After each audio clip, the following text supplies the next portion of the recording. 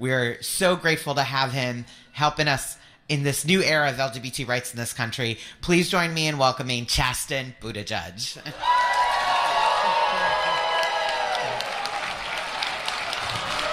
you so much. It's an honor. Thank you very much.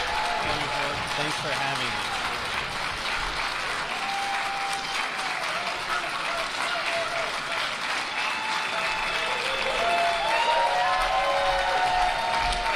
Hello. How's everybody doing? Are you drinking water? Because I'm not. I might need some. I'm tired. Are you tired? I feel like I'm not allowed to complain because my schedule's like 800 times easier than my husband's. What a week. It is so great to be here with you. I gotta be honest. I keep thinking... I keep getting emotional all week already. I keep getting emotional about too many things. I think that's part of becoming a dad. I've become a big softie. But I keep thinking about what it was like walking the halls of high school as a closeted teenager, and had I ever passed a room like this that said LGBTQ Caucus, how I would have ran away, that I would have never have had the courage to walk through that door. How long many of us have hid that identity, that truth, and how remarkable it is today to be surrounded by friends and family, to look at our neighbor and know that not only do we belong here, not only should we take up space here, but we have power here. And I think that's pretty remarkable.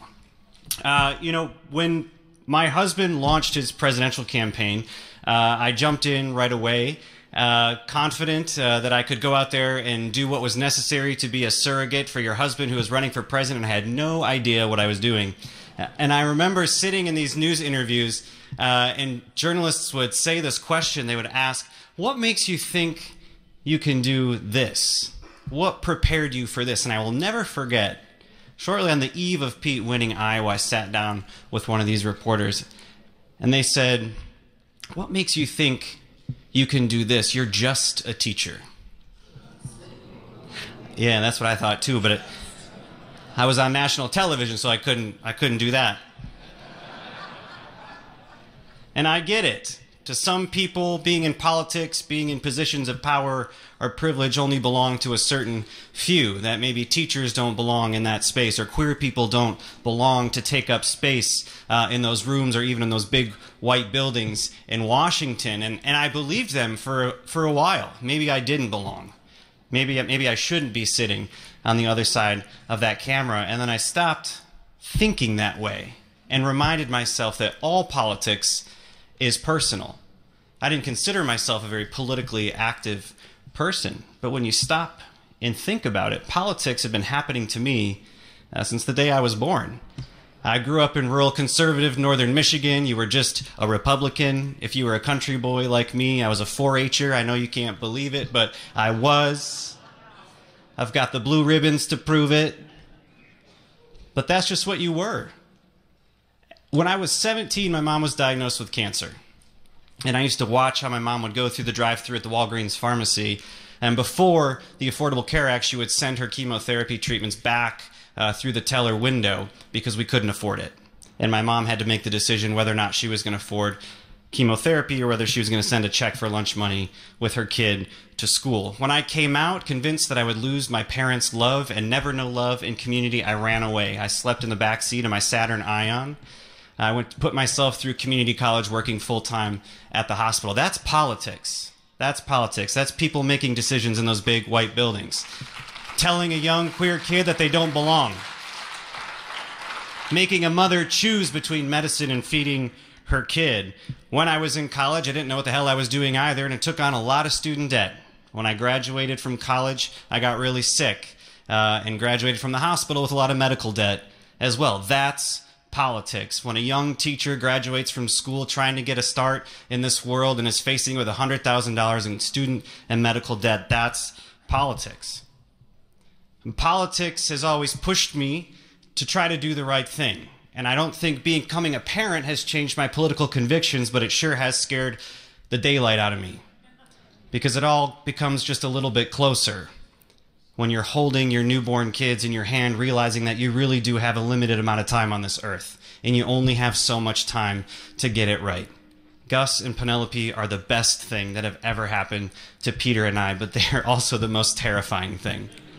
Not only because in my experience of being a teacher and my experience of sitting in the hot seat on national media, but it is really, really hard to get 2 3-year-olds to sit down at the dinner table. And my daughter is becoming more like me every day, and that terrifies me. I'm so scared. The other day, I asked her to please go wash her hands and sit down at the dinner table, and she grabbed both of my hands and said, "I already told you I don't want to do that." Reading me for filth every day. That's Penelope Rose. She's very honest. Becoming a parent has changed me, but it has also kept me humble, and it makes me think about how that scared teenager walking those hallways never thought he would be in this position. I never thought that I would know love. I never thought I'd get to go back home. I never thought I would feel my parents' love again. I never thought I would have this ring on my finger, and I definitely never thought that I would be sitting in a hospital one day holding 2 newborns. And yet here we are. Dreams come true. Dreams come true because of politics. Dreams come true because of progress. And dreams came true because of people sitting in this room. And so to you, I am so deeply grateful. But because those dreams come true, you don't roll up the proverbial rope ladder and walk away just because you got the ring, just because you got the twins, just because you got the cute husband. That should make you want to reach your hand down even further and pull other people up. So let's recognize in this season of politics that it's not just about rings and it's not just about families. It's recognizing that people in this community are being demonized still every single day, especially young, vulnerable trans kids in this country who just want to belong. So in this season of politics, I hope that we can remind one another that yes, some dreams have come true because of politics and because of progress and because of the people linking arms in this room saying we demand more, we demand better.